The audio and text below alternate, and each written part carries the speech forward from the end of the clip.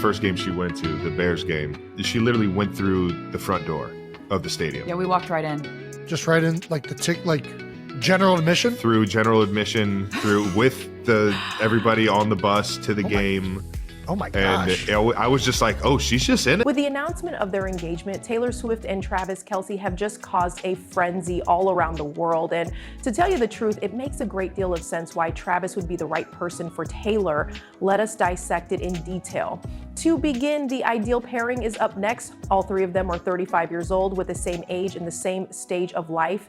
Fans can't get enough of them. Both of them have achieved enormous success, which indicates that there is no imbalance or power dynamics. Reaching the same time that Travis is reaching the pinnacle of his NFL game, Taylor is dominating the music industry. When it comes to Taylor's personal life, this equilibrium is like a breath of fresh air because it introduces stability for both of them at a similar period in their lives. When Swift considers her previous relationships, it is simple to understand why she's experiencing a different state of affairs with Travis. While dating Jake Gyllenhaal at the age of 20 when he was 29 years old, or John Mayer at the age of 19 and 32, Taylor's past relationships frequently made news due to the age disparity between them. Yes, the one that served as the basis for Dear John.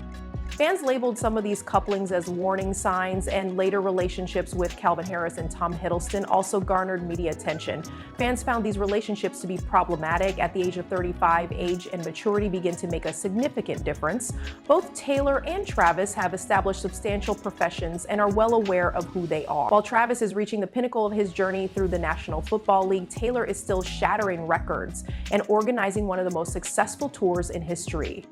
Those outdated age gap dynamics and public criticisms just do not apply to them at this point in time when both of them are at this stage.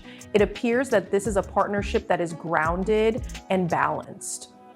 On Travis's podcast, he disclosed one of Taylor's green flags, providing his audience with a unique opportunity to see what goes on behind the scenes. While she was laughing, Taylor mentioned that she had just entered the building with Travis's pals and thought to herself, if this is where we walk in, then this is it. Nobody even noticed her because she was wearing a hat and a mask. Travis went on to say that such experiences, as well as the fact that she was there at his games, have provided him with a whole fresh viewpoint on his own support system. This is true in both directions.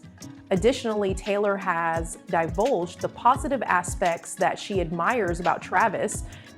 There is a strong connection between Travis' perspective on relationships in general and the sense of loyalty and security I have. While being interviewed by GQ, Travis reflected on the divorce of his parents, as well as the long-lasting marriages he has witnessed among his friends. It was easy for him to understand. If we are going to begin this and carry it out, why not make it a goal to carry it out to the end of time? For him, it is not about obligation, but rather about love. It was then that Travis went on to talk about how much he admires Taylor for having attributes that remind him of his own mother, such as being nice and genuine, making everyone feel welcome, and having an outstanding work ethic. On top of that, when you consider the fact that they both hold similar beliefs, it is not hard to understand why they are so compatible. The fact that both Taylor and Travis have experienced what it is like to be scrutinized by others contributes to the strengthening of their relationship. According to Travis, it is quite uncommon to have a partner that completely comprehends the scrutiny and the pressure that comes with performing in front of millions of people. Having a companion who knows the scrutiny and the ups and downs of being in front of millions of people was something I had never experienced before. It was described by him. I had never experienced somebody in the same shoes as me. Travis continued by saying that it was easy to empathize with Taylor because of how weary she is following gigs. Possibly she does not consider herself to be an athlete. Despite the fact that she will never admit to anyone that she is an athlete, I have witnessed the struggles that she faces. The amount of effort that she puts into her body is really incredible, as I have witnessed firsthand. Any individual who is still curious about whether or not their love tale was a public relations stunt, Travis has put an end to that speculation. In an interview with GQ, he stated that he has never experienced a controlled and planned process in his life. It was, of course, overjoyed for the couple, and we wish them a happy married life. However, for many admirers, it is still difficult to let go of Taylor's romance with Joe Alwyn, which lasted for 6 years. A few of admirers were of the opinion that it was probable that Taylor had initially met Joe at the Met Gala in 2016 when she was still in a relationship with Calvin Harris. Rumors of a romantic relationship between the artist and Hiddleston began when the singer was seen dancing with Hiddleston at the event.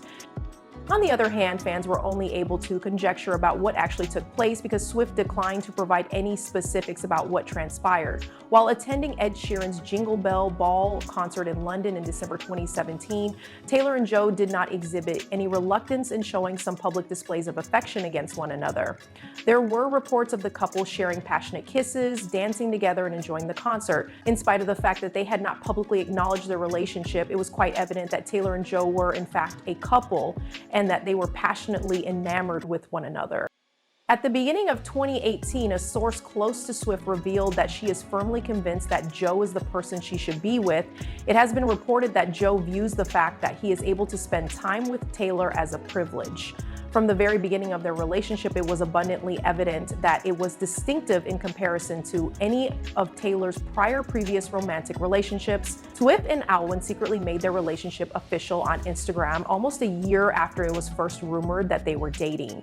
Swift has explained that she is able to establish a border between her personal and professional lives by keeping her relationship extremely quiet. This conclusion was reached after she had been dating for more than 2 years and had made relatively few public appearances. During the subsequent few months, rumors of a proposal started to circulate across the internet.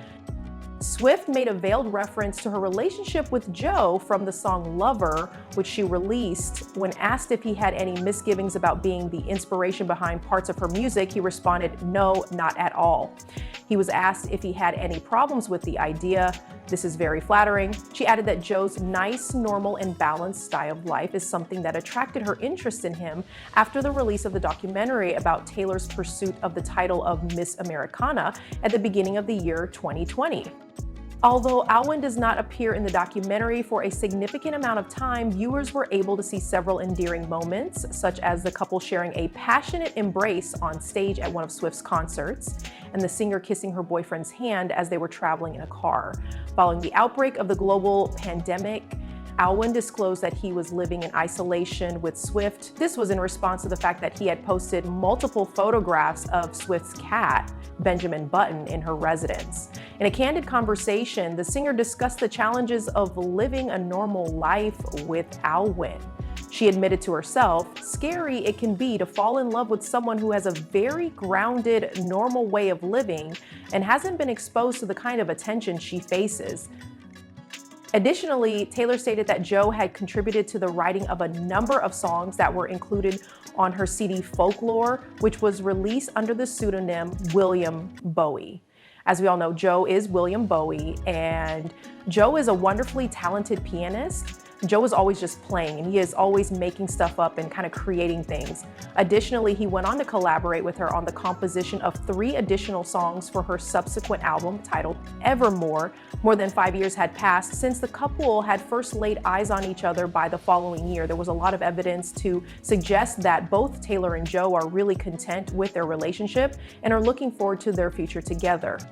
In January of 2023, Alwyn made the decision to put an end to the rumors that had been circulating about his engagement over the course of the previous couple of years. He stated, "If I had a pound for every time I think I've been told I've been engaged, then I'd have a lot of pound coins," he added.